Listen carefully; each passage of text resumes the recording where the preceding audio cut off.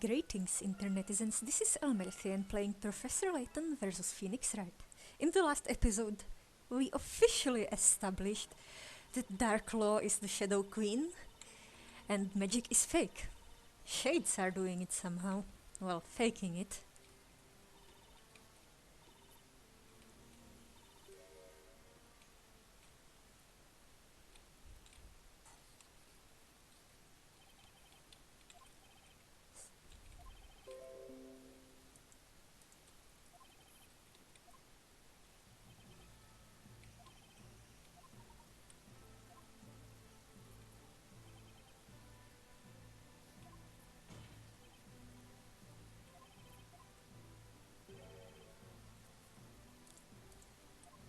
Yeah, this is the Maya unmask.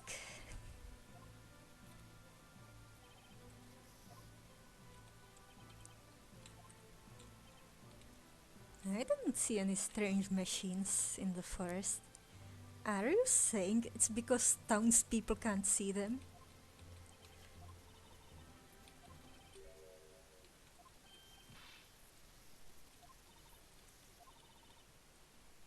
It seems we have finally arrived at the stunning conclusion.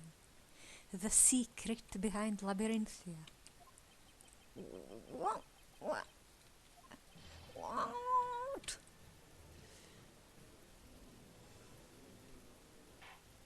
Order, order, order, I say. What is the meaning of this? It means that all of the magic you've seen in this town was nothing more than an illusion created and put into motion by the shades. But Defender, the witches, we clearly have seen them use magic. Let us take a moment to think carefully about the systems employed by the shades. The systems? What is essential in order for a witch to use magic? Oh, the magical gems are actually technology. Or a remote control device. The witch must possess a Thalia Magica and must say an incantation in order to cast a spell. And the spells able to be cast are determined by the scepter's magic gems. Now, what do you think is the purpose of placing such requirements on the use of magic? I mean, it could just be material components. What do you mean, purpose? These requirements are not there to allow the user to cast magic. Rather, the reality is they are there to inform the shades of who should be using magic. Are the shades stalking them then? It's possible that witches were always being closely observed by shades. That's why they donned these robes, to appear hidden until they were needed to create magic. Create? Indeed. There are all kinds of spells within this tome. It would be quite troublesome if they were simply allowed to use any spell at will. Yeah, it would make the Shade's job that much more difficult for sure. Precisely so. That is why it was imperative that a certain restriction be placed on the use of magic. Ah, you're referring to the Thalia Magica, right, Professor? Of course! No wonder the scepter could contain only 2 magic gems. Then there's the incantation. What would happen if a witch could simply whisper the incantation quietly to herself, or not even say it at all? Boy, that would be so cool! I'd be casting spells all day long and no one would ever see it coming. Maya, we spent an entire trial proving that you weren't a witch, remember? If the witches didn't give some sort of signal, then there would be no way for the shades to know when to cast the spell. Right you are, Mr. Wright. The incantations were a way of telling the shades when the witch was ready to use magic. What on earth? Never did I think these requirements could have such a purpose.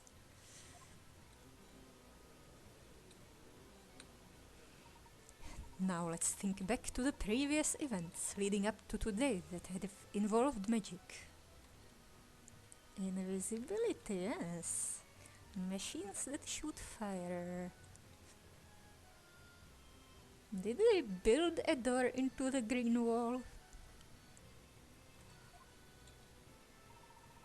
Our first encounter with magic was the use of the spell Ignace a few nights ago. A spell like this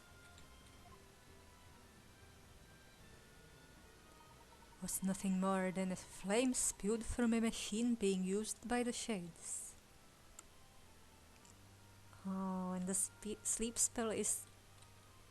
But then she'll have to have some sedative with her all along. Maybe she only invented the sleep spell after the lab raid? Then that means the mirror.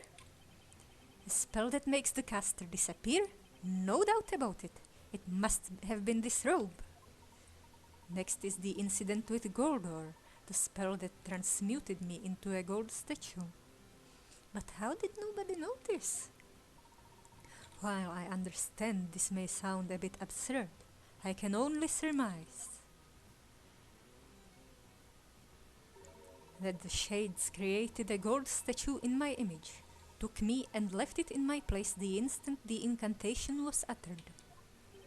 Professor, it's no more absurd than anything else that's happened so far.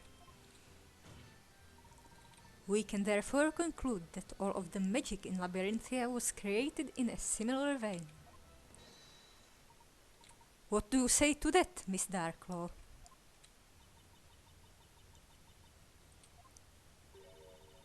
I'd expect nothing less from you, Inquisitor Layton. At any given time, there were between 5 and 10 witches in town. All of the witches were accompanied by shades at all times. It was easier than you would think. You see the shades living in the Eldritch Woods total in the hundreds. It was simply a matter of having each of the shades operate in shifts in order to watch over each of the witches within the town. I must say, Lady Darklaw, that is quite a number of shades. 'Twas not only those who fell victim to the flames that were turned into shades, but their victims too were made permanent residents of the Eldritch Woods. Then, those two shaded thieves from before were turned into shades? Ah, yes, you mean robes and monks. Despite their dubious appearance, those two were a couple of my best shades. Very shady. Shady thieves turned into shades. This stuff writes itself. I cannot believe what I have heard. However, there is still one thing I do not understand just yet. And what would that be? As has just been explained, we have established there is no possibility of magic being real. But replacing me with a gold statue to give the illusion of transmutation, for example, while it sounds simple enough, I myself, and presumably also Miss Fay, have no recollection of this replacement actually taking place. Hey, that's right! The professor got all blingy before I could even bat an eye. There's something like a nop on here. It begs the question, how and when was the statue created, let alone used to replace me? That is true. The same goes for Godor. It's supposed to create a portal between two green-colored walls. Perhaps That is exactly why the spell can only work on green walls, Mr. Wright. Still, it would be impossible for the shades to get those portals ready so quickly. I agree. If we take a moment to think, we can see that all of these spells have one strange thing in common. A thing in common? Yes, indeed. Almost as if some time between the start and the end of the incident was unaccounted for. Mind wipe spell. Furthermore, any memory I might have had regarding the incident seems to have simply disappeared in the process. I've got it! Nick! It's the flower potion. Maybe. That's for the mind wipe. It's just like what happened to Kila. She's got absolutely no memory of her life in Labyrinthia before the trial, right? Yes, I do not remember the Kila you speak of.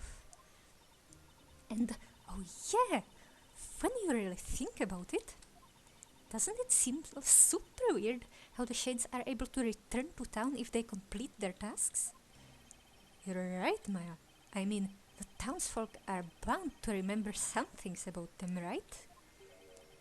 Like how Miss Kira here threw a major hissy fit in court and was barbecued for being a witch. Eloquently put, Mr. Wright. Hence we cannot yet conclude that this entire illusion was primarily accomplished through the use of machinery. Simply put, there must have been some way of affecting the memories of all those within the confines of this town. Missing time and lost memories? Now that is interesting, Inquisitor. You are correct. There is in fact a secret that lies within the depths of the Eldritch Woods. Something that the people of this town cannot see. Something that can rob people of their time and memories. 'Tis the very thing that connects all of what you have heard tonight. 'Tis a secret of monumental proportions. And let me guess. 'Tis a secret that cannot be revealed by the mistress of the Eldritch Woods. Is that right? Yes, an excellent deduction, Defender.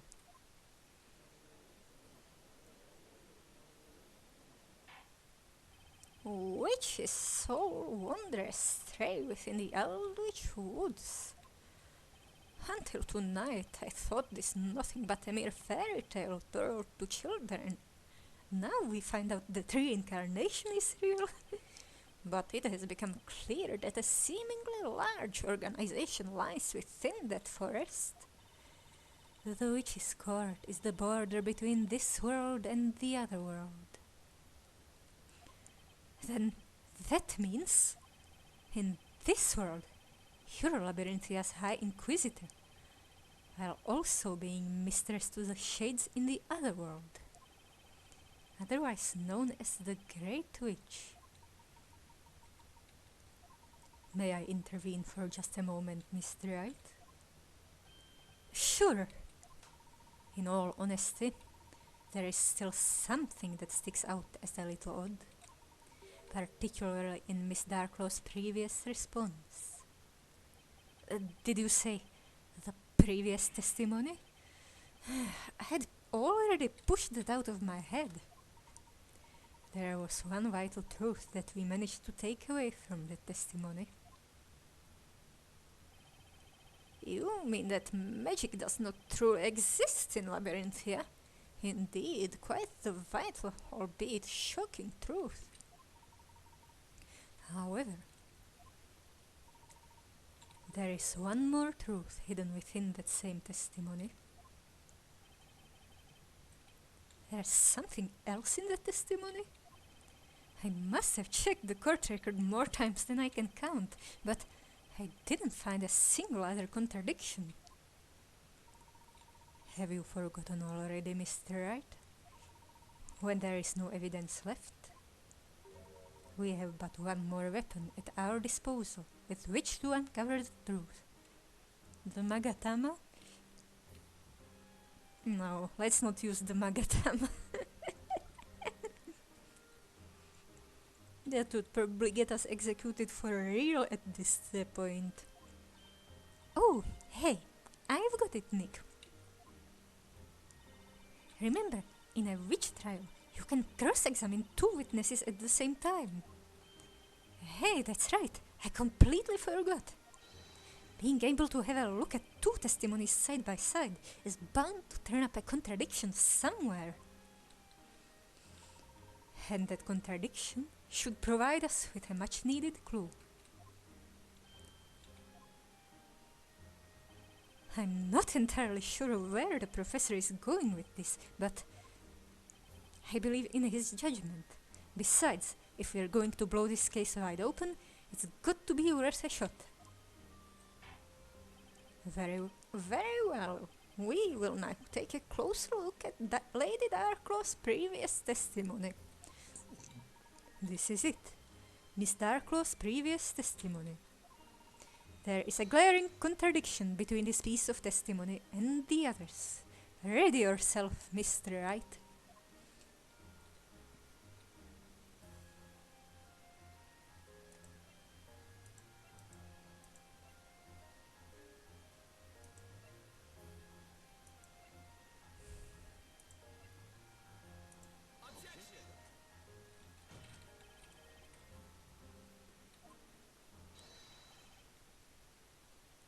Wait, no. I thought I was still interrogating. Yeah. Was herself the Great Witch? She was the Great Witch.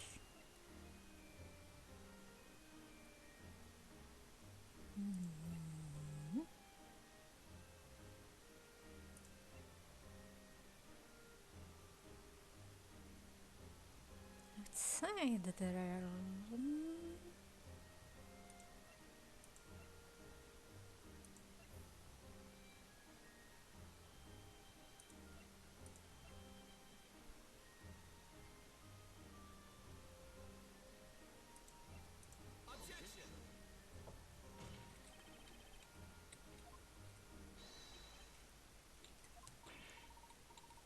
No.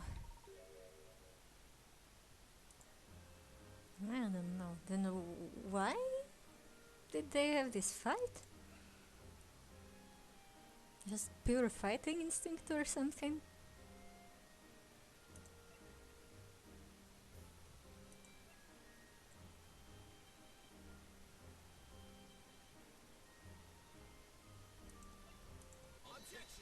Hmm?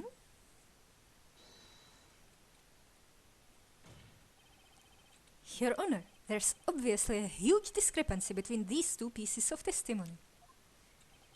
Miss Darklaw stated that she is known as the Great Witch. However, according to Miss Killa's testimony, Miss Darklaw was her venerable mistress. The Great Witch was. That is correct. She was the Great Witch. Note Miss Killa's use of the past tense. Has she been usurped?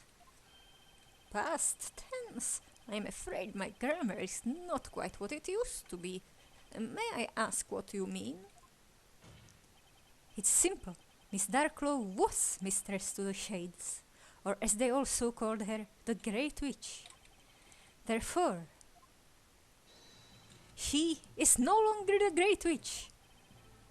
She is not the Great Witch. Witness, is this true?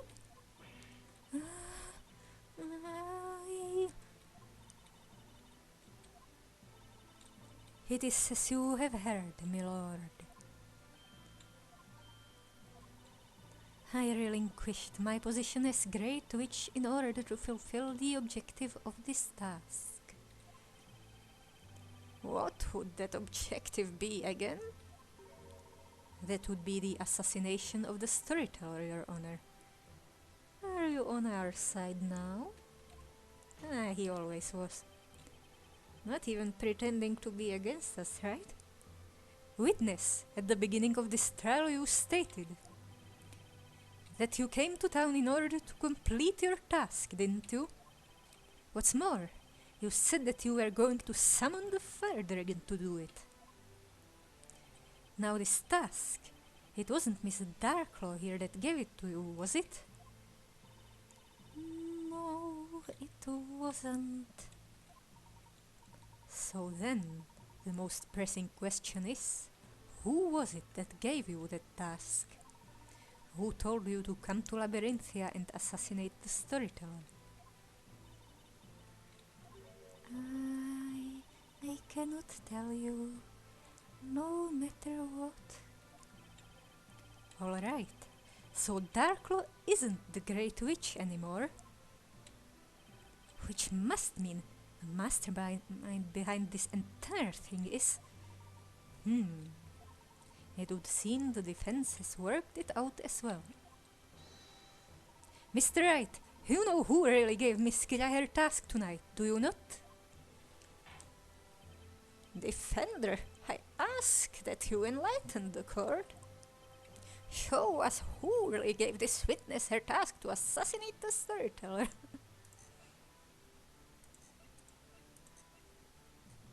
Isn't it obvious? The storyteller? All part of the story, you know?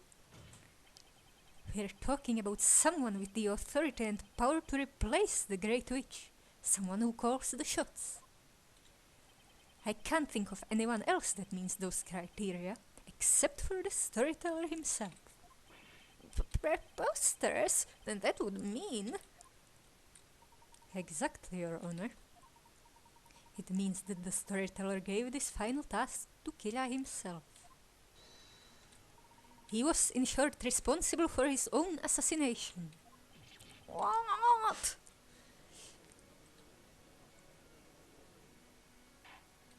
Order! Order! Order in the court! But for what purpose? Why would he plan his own assassination? That I cannot say, Your Honor. However, the final chapter of the story does tell of his inevitable death.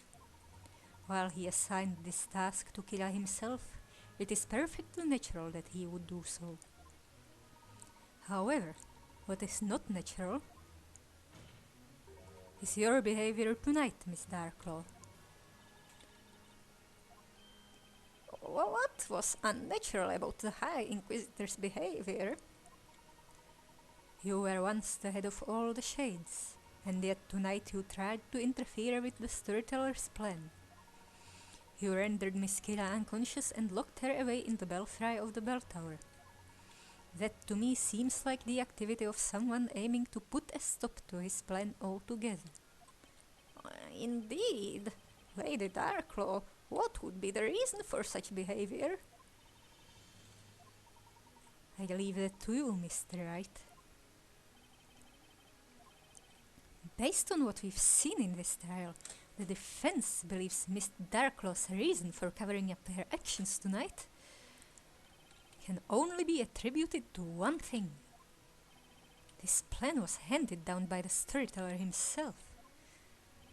And Miss Darklaw was definitely aiming to put a wrench in it, but why?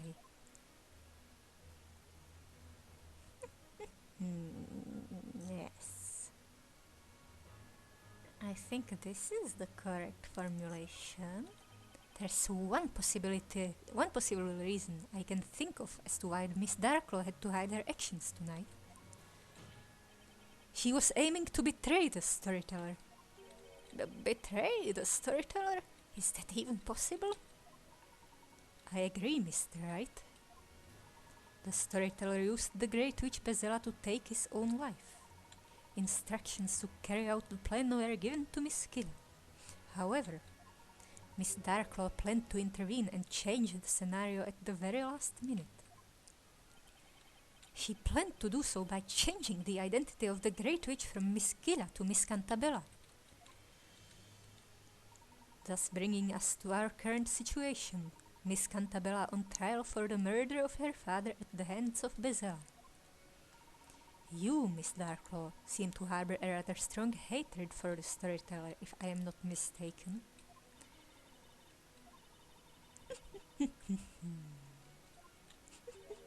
A hatred, you say? Yes, I suppose you could call it that. That's right. Behold my revenge. Did you say revenge?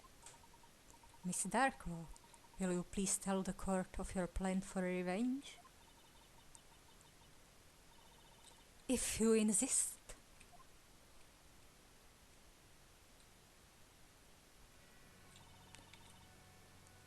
The High Inquisitor, and also the Great Witch. Long have I donned two masks, one as Labyrinthia's protector, the other its harbinger of destruction. In other words, I was merely meant to serve him. And yet, he sought to selfishly pen the ending of the story under his own terms. He did not care enough about me, or any of the townspeople, to allow us the dignity of deciding our own fate. Indeed, what we witnessed tonight was the cowardly act of a man looking for an easy way to end that which he could not properly finish. He cared for no one but himself, hence this sudden sham of an ending. And for that, I will never forgive him. What do you mean by sham of an ending? The Great Witch Bezella is to summon a dragon of fire and end the life of the Creator. She will then be put on trial and judged, thus heralding a period of peace and prosperity for all of Labyrinthia. And you don't like being cast as a villain. Such is the ending written for this town and its people. 'Tis not an ending I oppose in principle. Who would not wish a happy ending for their own people? However, the problem lies in Bezella's identity. Bezella's identity? As you know, he assigned the role of the Great Witch to this girl beside me. Oh. Are you saying you're protecting Kira, but also have a beef with Espella? But you're saying that was a falsehood, is that correct? I knew Bezella's true identity. It's not something I could ever forget. That is why I went to the bell tower, and that is why I took the accused there. I did it to ensure the true witch, foretold in the story, was given the judgment she was due. The true witch? You don't mean... But haven't we established that witches aren't real? Yes, I speak of none other than Espella Cantabella.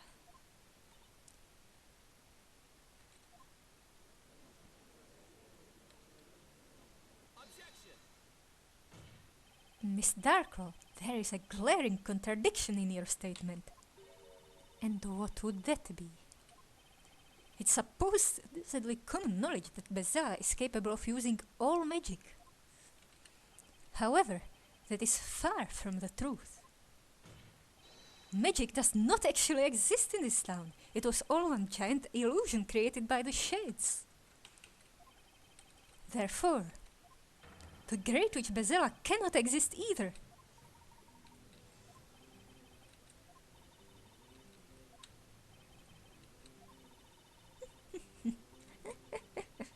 You fool. Defender? You really don't have a clue, do you? But wait just a minute now.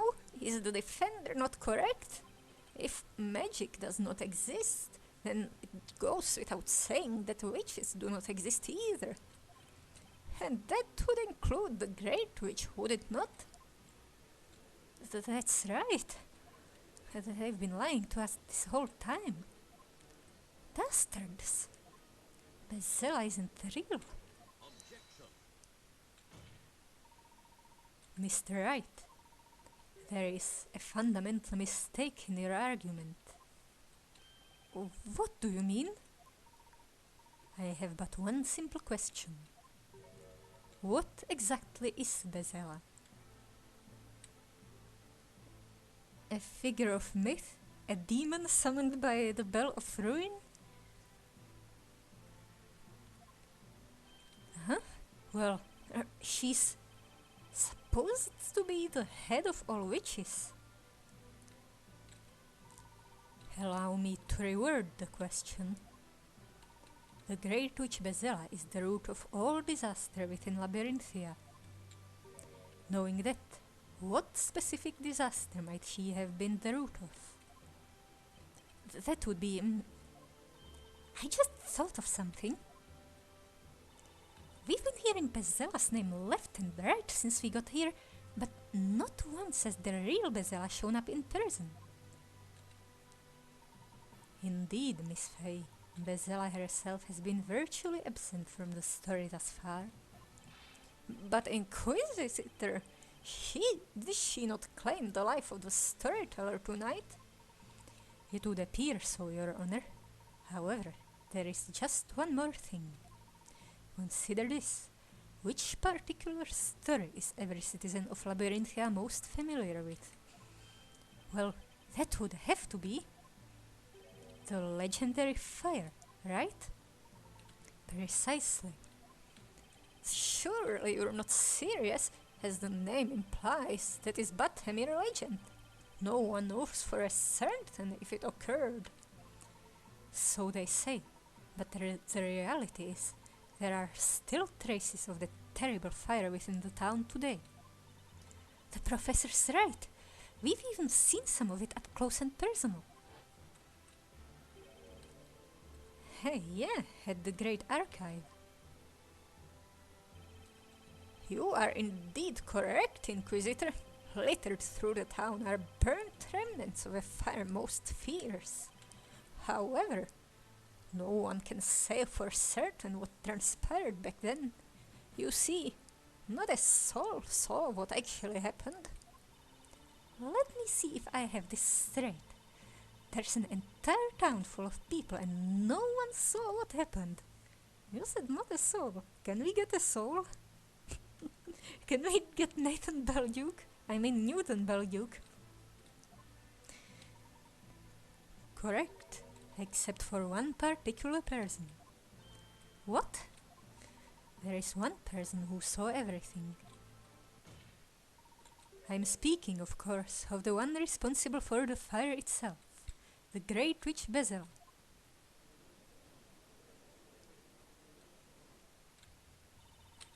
Yes.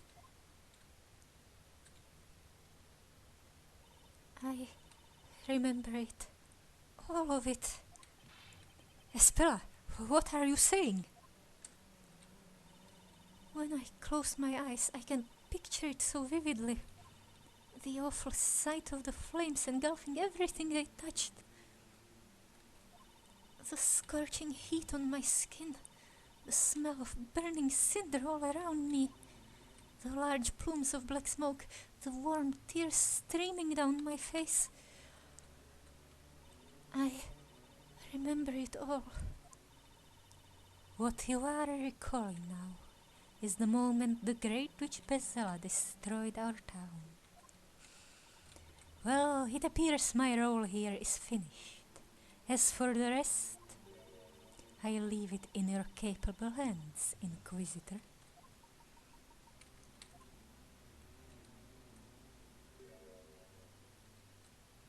Huh? Darklaw, she just vanished into thin air. She's right. These memories are proof that I am Bezella. But Espella! Mr. Wright, remember, if you will, what I said at the beginning of this trial. I came here to prove that Espella Cantabella is in reality the Great Witch Bezella. Right. There is still one more thing that I wish to present to the court. I would now like to call the final witness to the stand. Is it Newton Belduke? The final witness?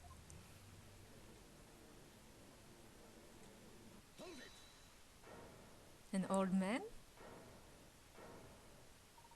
Ah, it would appear he has arrived. Oh, ladies and gentlemen of the court, I give you this trial's final witness, the storyteller.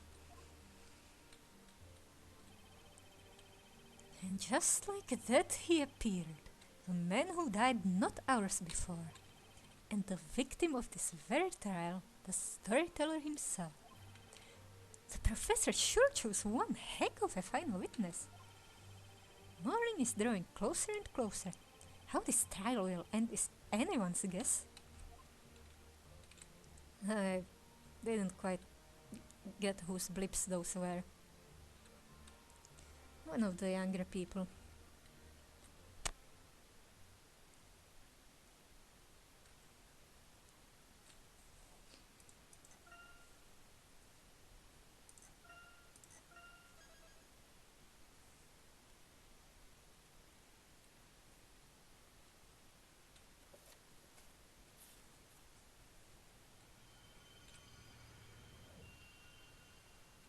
Strange epilogue. I mean, strange name.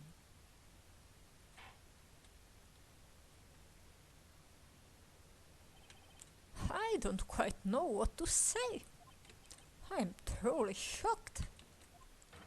To see the storyteller again, alive and well. This was unexpected by me too, as I did not plan to appear before you all again. I was convinced that you would all see the last of me at the parade. But this is the trial for your murder, and you are alive. Yeah, see? No one was killed, so let's call this whole thing off and never have witch trials again. Whoa, Maya, take it easy. We're still in court, remember? But what's the point of this? The storyteller wasn't killed. A spell would never do anything to harm her dead. If only it was as simple as that to end this trial. However, it is not, Miss Fay. But, Professor! Search your memory and you will know the reason why. The crime Miss Cantabella is accused of is not just murder. The purpose of the witches' court is to sentence the witches for what they are. Isn't that right, Mr. Storyteller? And that's why the system has to be changed. I fully intend to expose the true identity of Bezella. And this would not be possible without you, Mr. Storyteller, on the witness stand. I see. And so you assumed the role of an inquisitor just to lure me here. Oh, so you didn't plant him? Be that as it may, the Inquisition still maintains that Espella Cantabella is the great witch Bezella. Dead. It's been a long time, Espella. 4 years, in fact. You must have experienced many hardships living among the townsfolk. This daughter of mine never fits in with the others, no matter how hard she tries. No, it wasn't quite like that.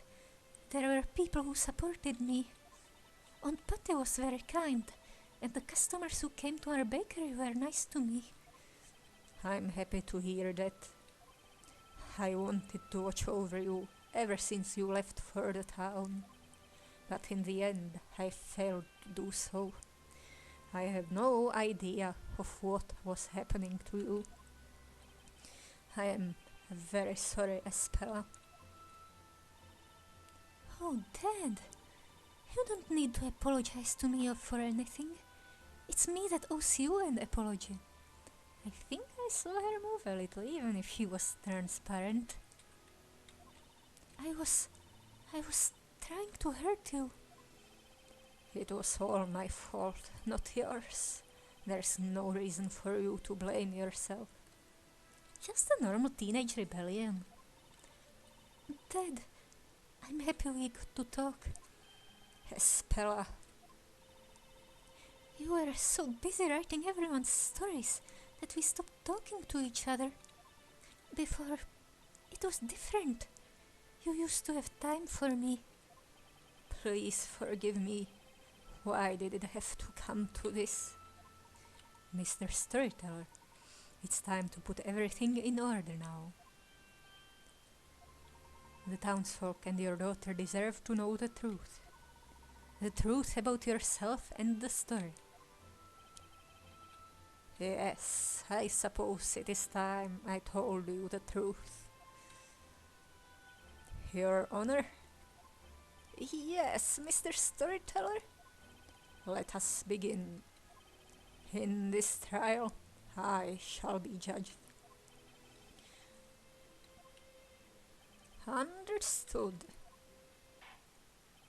The witness shall testify. He'll be judged for assassinating himself, but not really. People of Labyrinthia who have gathered in this court, I will now tell you the true story. Many of you will certainly find it hard to believe and difficult to accept. Nevertheless, I ask you to please lend me an ear and listen with open minds. Espella, my dear daughter, I ask you to do the same too. Yeah, she's there.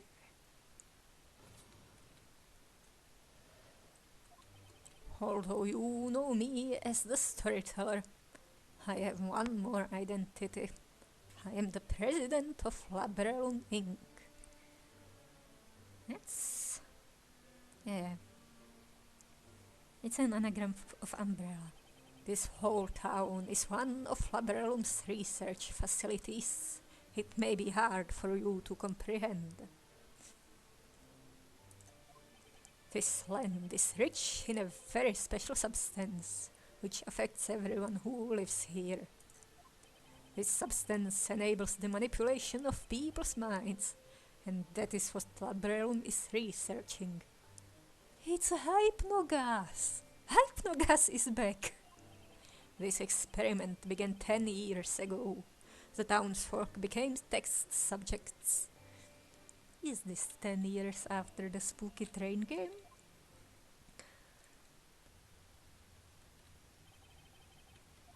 I don't understand. What does it all mean? It means they've been abducting people for science. I don't quite understand what I've just heard. I do not blame you. I suppose all the townsfolk are just as confused. Labyrinthia is an artificial town, created entirely by me. But of course, as artificial as it might be, it is the reality for those that live here.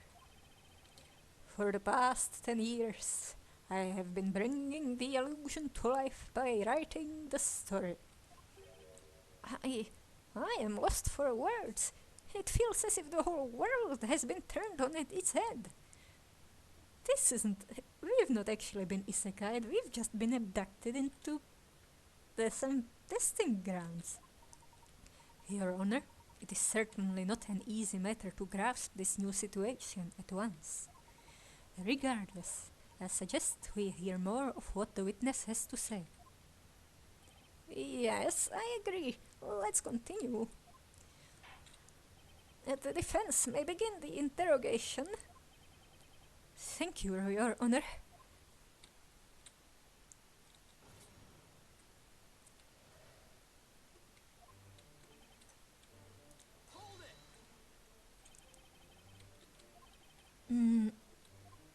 This is too much. I don't even know where to start.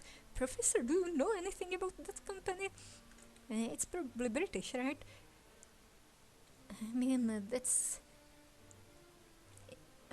we're likely still in the United Kingdom, probably. Labrellum Inc. That's a name I have heard before. It is a global pharmaceutical company with headquarters in England.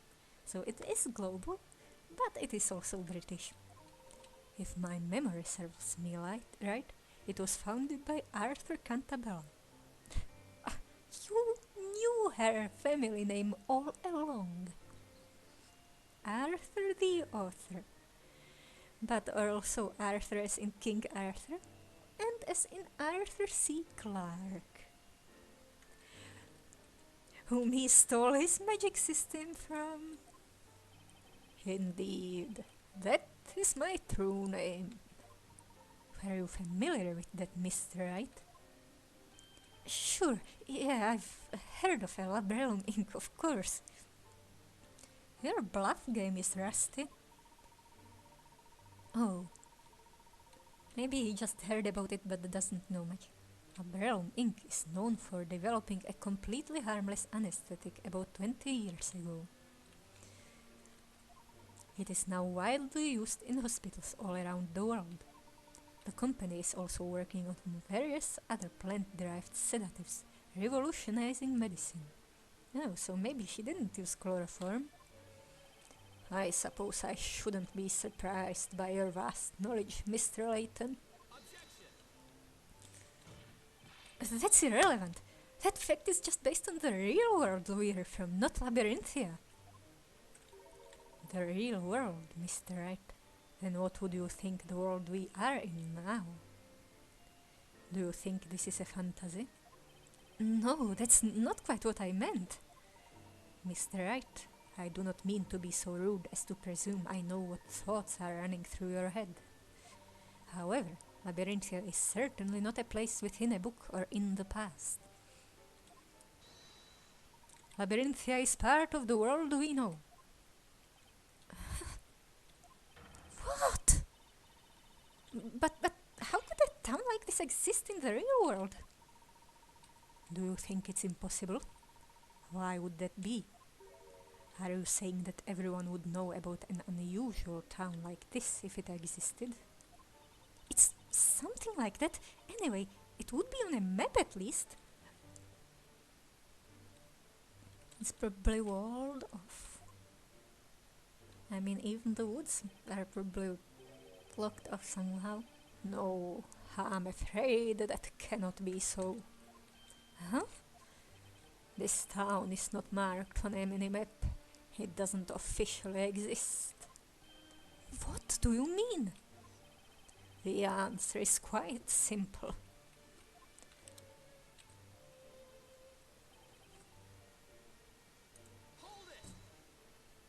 This whole town is a research facility?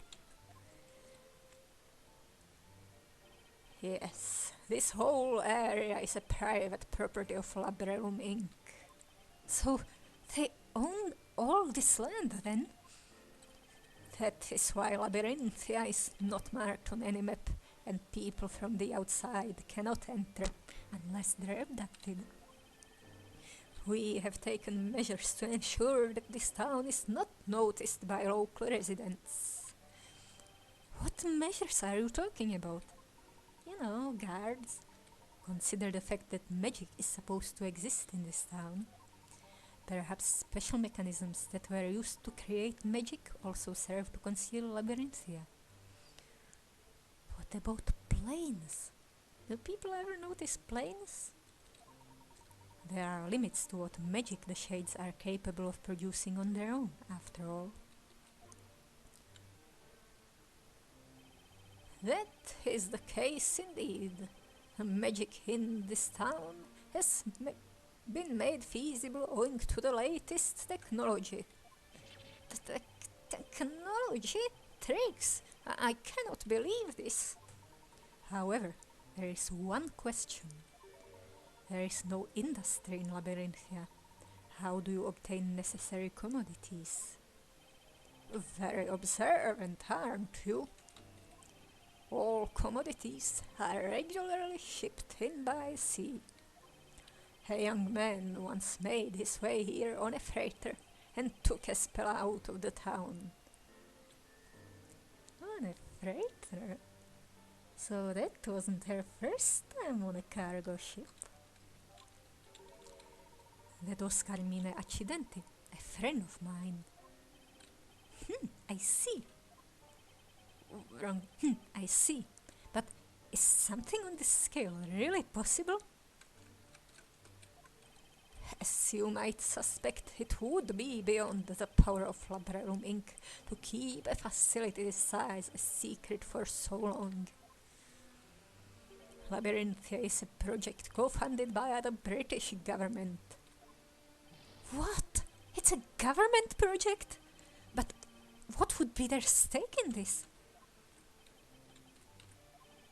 It's all because of my beliefs. His beliefs? Ah, by the way, is he leading a cult? Yes, Your Honor. What is a research facility? I've never heard of anything like that before. It's like an alchemy lab but bigger. Ah, yes, that was careless of me. Naturally, you wouldn't know what it means. How should I explain? This whole town is my creation. Yeah, we knew that already. Ah, that's what it was about. In other words, it's all your story. That makes it all clear. Swing and a miss, Your Honor. Getting back to the topic. There is an important reason why we have chosen to build such a facility here.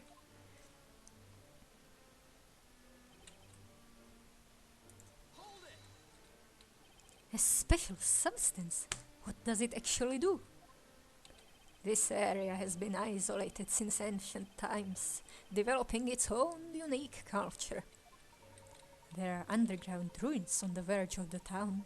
We found writings there, presumably left by the natives of this land.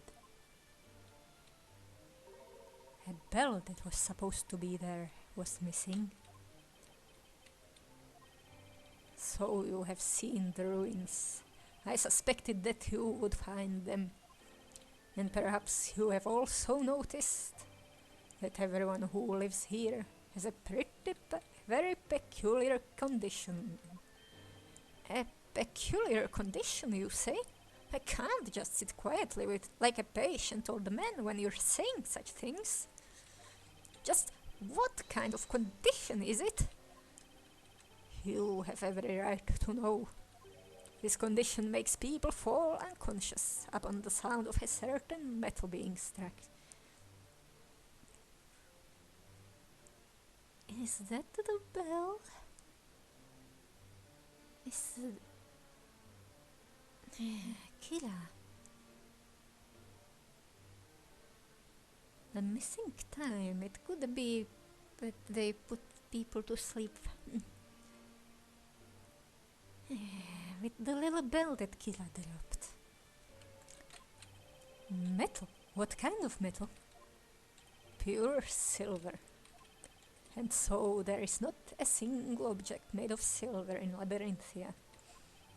Now that I think of it, that's true. Just imagine what a disaster a fancy dinner would be if everyone fainted whenever they used silver cutlery. This condition is an integral part of magic. How so? All inhabitants of Eldritch Woods carry small silver bells. I see now. The shades ring the bells when they need to create the illusion of magic. Everyone present falls unconscious, and the shades set to their work. Oh, look at where the shade's hand was! So that's the secret of the time-stealing magic Darklaw told us about? Now that they mention it...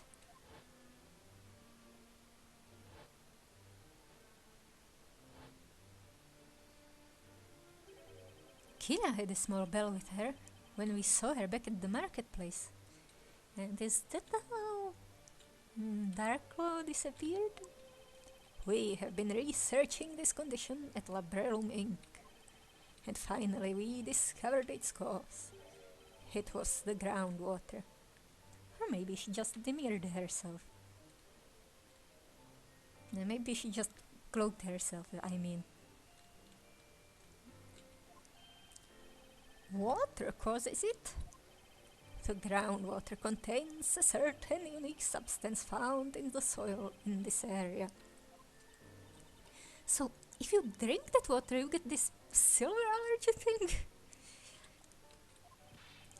But, of course, we've been drinking it. It's impossible to live without water.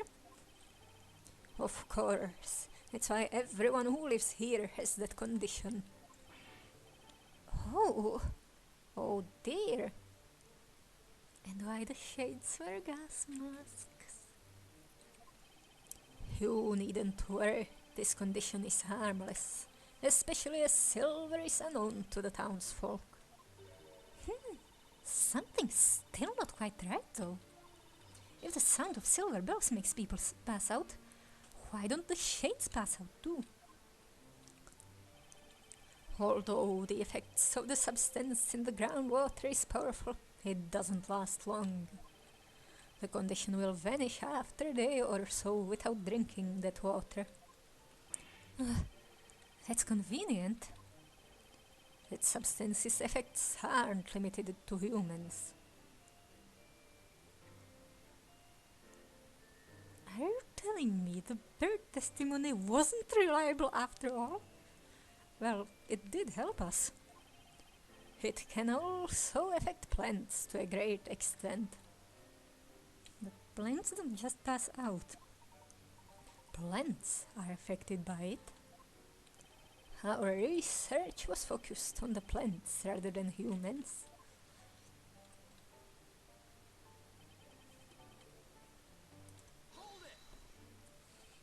That sounds really scary. Just what is this about? The substance enters the groundwater, affecting organisms that consume it. People who drink it daily acquire that odd condition. They fall unconscious upon hearing the sound of silver metal. Yes, although the substance in the groundwater also has a tremendous effect on plants. Wildflowers in this area contain a certain poison. Upon my beard, poison? This poison doesn't harm the body. It has the effect of manipulating the mind. Brainwash potion made from red flowers. So it brainwashes people? I've been writing the story for 10 years. The title of the story is Historia Labyrinthia. The ink I used to write it was made from those plants. That's why they put it in blue liquid. Ink is blue and they put red flowers in. Oh, Nick, do you remember how funny the ink smelled? That was the gas released when the ink evaporates. And that's where the trick is. It's hypnogas. What?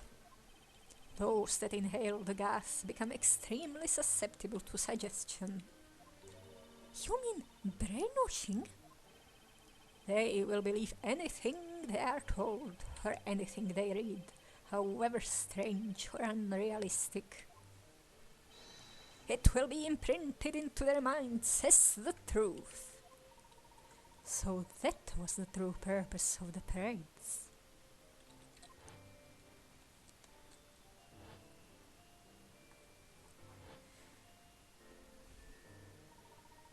Pages of the story written in that special ink were regularly distributed among the townspeople. It was done so that everyone would be in a state of hypnosis. Indeed. The creation of a fully controlled town with the inhabitants subject to long-term hypnosis. That was one of the topics of our research. Then, the story that is written in the Historia Labyrinthia, you could call it a self-fulfilling prophecy, realized through the shade's work and the hypnotic effect of the ink vapors. Is that how it was all this time? Labrelm used hypnosis to control all of these people. I can't believe that the government was supporting that.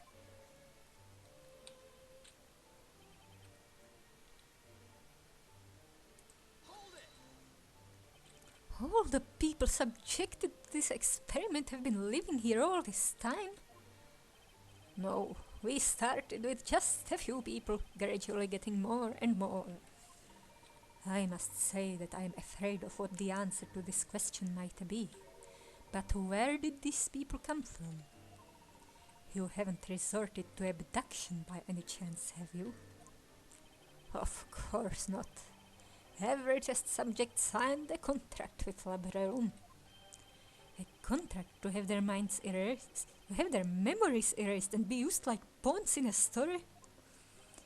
The current inhabitants of this town have one thing in common. They were all dissatisfied with their lives and wanted to start anew, forgetting about their mistakes, forsaking unwanted identities. There are more people like that out there than you might think. They have all agreed to participate in our research. But that's insane! It's not as unreasonable as you suggest. We give them a new identity, a chance to start their life again. In return, they subject themselves to hypnosis and live in this town as our test subjects. In order for this project to be possible, we suppress their memories of the past, including the memory of signing the contract. So ultimately, they are not aware of what is going on. I couldn't agree more. I've got no idea what's going on. Let me make this clear, Mr. Wright. We do not erase their memories. We suppress them. They will regain their memories of life before Labyrinthia once their contract is over. So, this place was uninhabited before you started this research 10 years ago? And you've managed to keep everyone in a state of hypnosis for 10 years straight? Can you really hypnotize someone for that long? I mean, 10 years is one heck of a long time.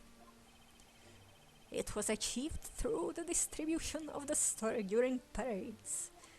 The ink vapors have a powerful effect, but it wouldn't last 10 years, of course. With each parade, the effect was renewed. That's why the parades took place at regular intervals. That was the true purpose of that event.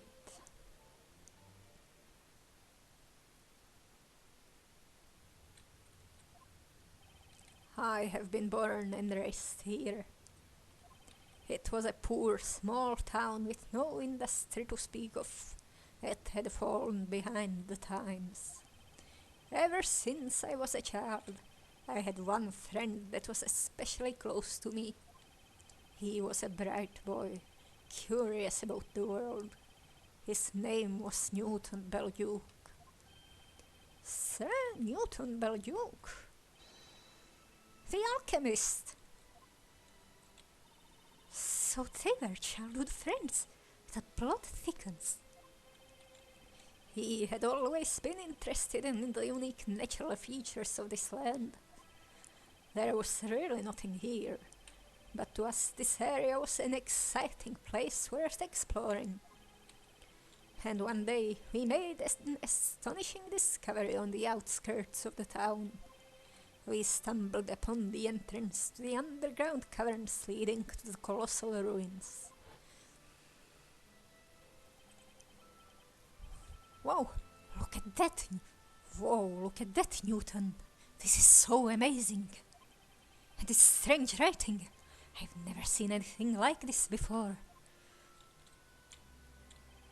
We found ancient writing in the ruins. Newton managed to decode some of them. According to our findings, a highly advanced culture had existed on the land where our little town was built. Some great calamity had befallen the natives, and they migrated elsewhere. They believed that plants and water in that area were cursed by an entity they called the Great Witch Bezel. The natives sealed the curse within the ruins and left in search of a new home. But how does the bell factor into it? That is all that we managed to decipher. Bezella's curse. It was sealed in the ruins, you say? Would that be the Bell of Ruin? The Bell of Ruin. Oh, that's the bell from the bell tower. I wonder why it's got an ominous name like that. Regrettably, we couldn't get any further information from the writings at the time. Needless to say, Newton and I were very excited by the discovery. I knew it. This place is special. It has some kind of mysterious power. If we could just find what that is, our humble town would become famous. You know what? I'm going to do that. I will unravel the mystery of this place. And so Newton began studying the indigenous plants and substances dissolved in the groundwater. On the other hand, I studied economics and management at a university in London. Would that be Gressenheller? I dreamed of bringing prosperity to this poor, forgotten town. I wanted to change it for the better with my own hands. Probably not at a hidden underground town of whatever the spooky train tunnel place was called. Meanwhile, Newton had succeeded at extracting a new anesthetic from the local plants. Was that the anesthetic which led to the foundation of Labrellum?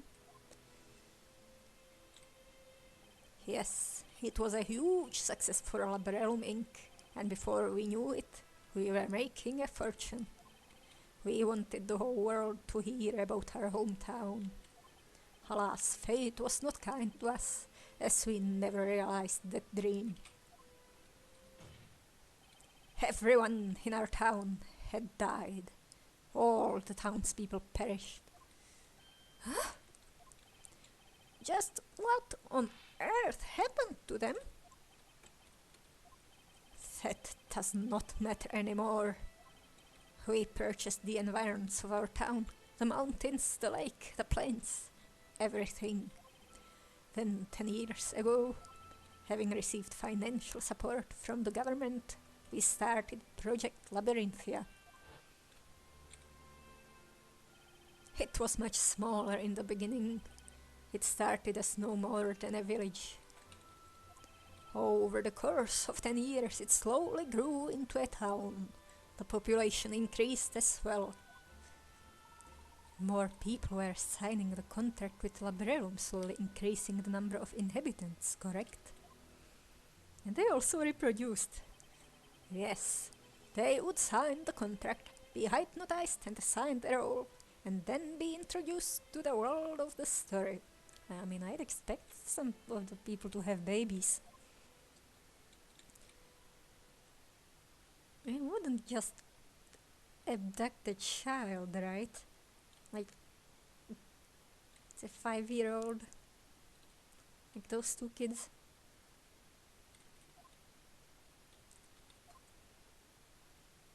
Ellipses all around. I have spoken at length.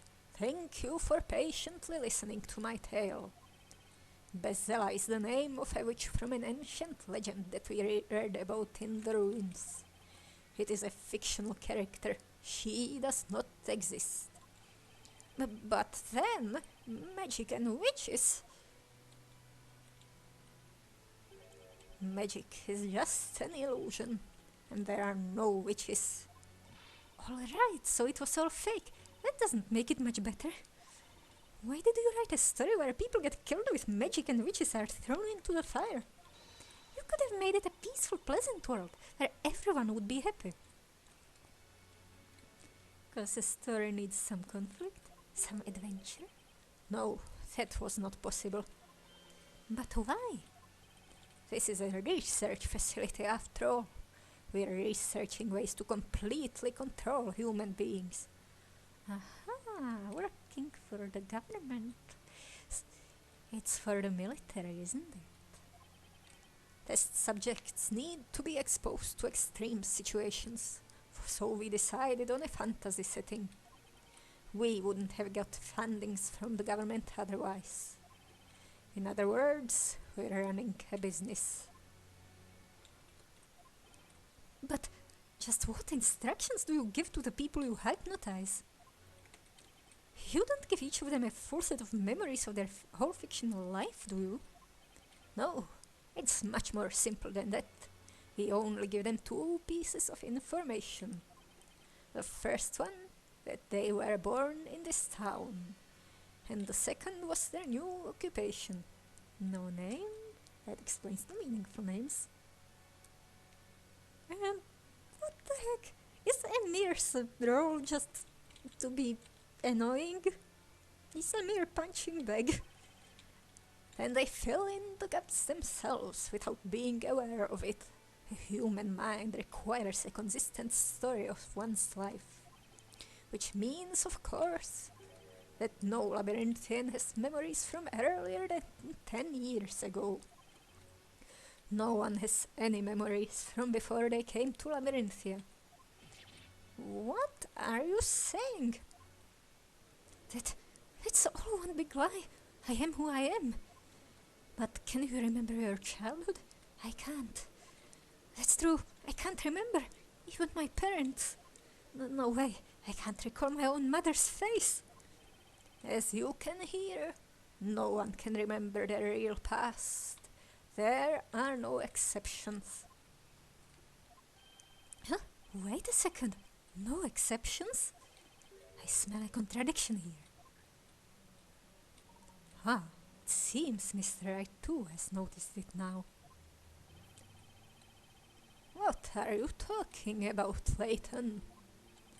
Mr. Cantabella, you have just testified that not a single citizen of this town remembers anything from more than 10 years ago. Yes, as that is the truth. Now that's a strange assertion, especially coming from you. What? What do you mean? There is one person in this town who remembers what happened more than 10 years ago. That cannot be. It is impossible. They must be merely imagining things now. Mr. Wright, please enlighten us all. Who is this person that remembers their past?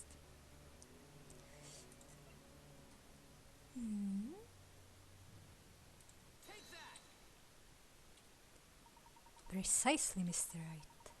That person is none other than Espella Cantabella. What? That's impossible. It's true, Dad. I remember it clearly as if it happened yesterday. The legendary fire. No, that's impossible. That's just your imagination, Espella. No, it's not. I couldn't remember it before, but it all came back to me because I'm Bezella. No, Espella, there are no witches. That fire, it was just a bad dream. The Inquisition would like to call Espella Cantabella to testify. What? Regardless of whether Miss Cantabella is Bezella or not, her memories may contain valuable clues. Yes, that may be so. No, wait. I don't agree to this. This trial is over, Your Honor. You seem to be forgetting something, Mr. Cantabella. Your story has ended. You are no longer in control, and neither is the judge. You are merely one of the characters.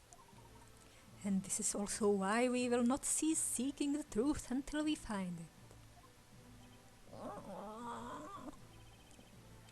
Defense, what is your opinion on this? Espella keeps insisting that she's the witch Bezella. As her attorney, I should refuse to let her speak to the court.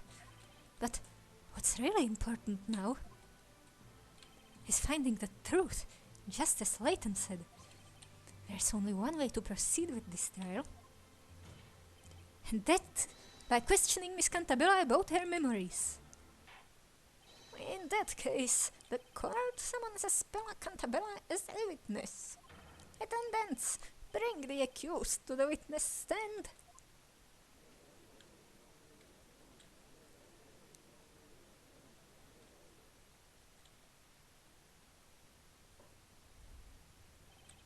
Now, witness, testify about your memories of the legendary fire.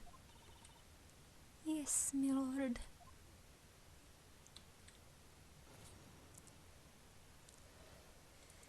Well, this isn't a nice time to save, isn't it? See you next time.